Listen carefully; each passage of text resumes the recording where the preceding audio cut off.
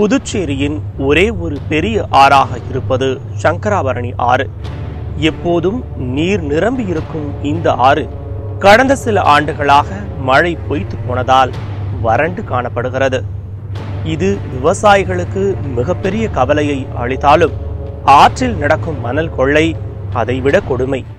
ஆறு மண்ணு வாரி வாரி பள்ளமானதுனால தண்ணி தேக்கம் இல்லாததுனால விவசாயத்துக்கு தண்ணி பற்றாக்குறையும் மக்கள் வாழ்வாதாரத்துக்கு குடிநீர் பற்றாமலையும் இன்றைக்கி தவிச்சு கொண்டு இருக்கிறது. அரசாங்கத்தில் குடிநீர் இல்லைனாலும் போர் சரியில்லைன்றாங்க. ஆற்றுல தண்ணி தேக்கம் இருந்தால் தானே தண்ணி குடி தண்ணிக்கு கிடைக்கும். அதே போல் விவசாயம் பண்ணுறதுக்கு இல்லாமல் வறட்சியாக ஆகிப்போச்சு. வறட்சியாக இருக்கிறதுனால தண்ணி தேக்கம் இல்லாததுனால தான். புதுச்சேரிக்கென தனி அணை இல்லாத நிலையில் மணல் கொள்ளையால் மழைநீர் நிலத்திற்குள் செல்லாமல் கடலில் கலக்கிறது.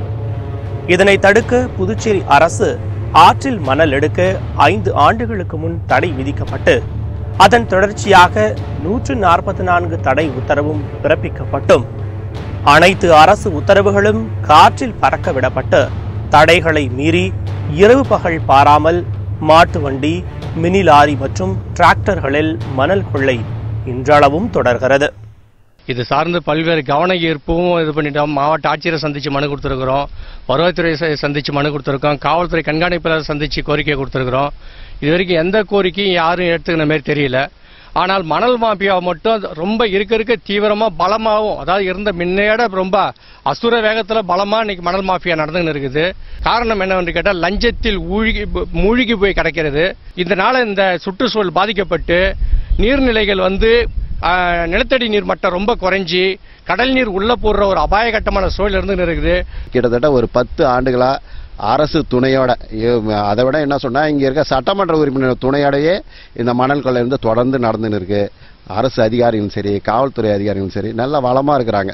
ஆனா மக்கள் விவசாயிகள் தான் வளமா இல்லை. ஏன்னா அவங்க விவசாயம் பண்ண முடியாத அளவுக்கு அவங்க இந்த ஆற்றுல இருந்த மணலை சுத்தமா சுரண்டி எடுத்து அடியில என்ன பாறை எங்க தெரியுதுன்னு தேடின்னு இருக்கிறாங்க. அந்த அளவுக்கு இன்னைக்கு நிலைமை போயிடுச்சு.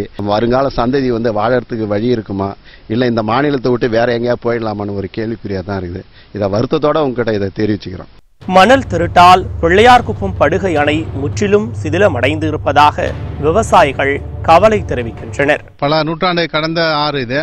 இந்த ஆறு பார்த்தீங்கன்னா பாலைவனத்தை மிஞ்சும் அளவுக்கு தண்ணீர் தேக்கத்துக்கு வசதியற்று விவசாயம் பண்ண பகுதியாக இல்லாமல் வெறும் பாலைவனத்தோட மோசமான பகுதியாக இந்த கிராமம் மாறின்னு இருக்குது. இந்த அணைக்கட்டு இருக்குன்னா பக்கத்தில் அணைக்கட்டில் மழை காலங்களில் தண்ணீர் தேங்கும். தண்ணீர் தேங்கும் போது 3-4 மாதத்து வரைக்கும் தண்ணி வரும். தண்ணி தேங்கும். அதனால விவசாயம் நிலத்தடி நீர் பாதிப்பு இல்லாமல் தண்ணீர் ஈரப்பதம் கிடைக்கும். ஆனால் இந்த மணல் அள்ளத்தினால அணைக்கட்டும் ஒரு பகுதியில் சேதாரமாகி முழுமையாக அணைக்கட்டு தண்ணீர் தேங்காத அளவுக்கு வீணாகி போச்சு. நிலத்தடி நீரும் 500-600 அடிக்கு மேலே நிலத்தடி நீர் ஆழம் பாதாளத்துக்கு போயிடுது, அகல பாதாளத்துக்கும். தொடர்ச்சியான கனிம வள கொள்ளை எதிர்கால சந்ததிக்கு நல்வாழ்வை அளிக்காது என்பதை மணல் கொள்ளையர்களும் அரசும் உணர்ந்து நடவடிக்கை எடுக்க வேண்டும் என்பதே புதுச்சேரி மக்களின் எதிர்பார்ப்பு.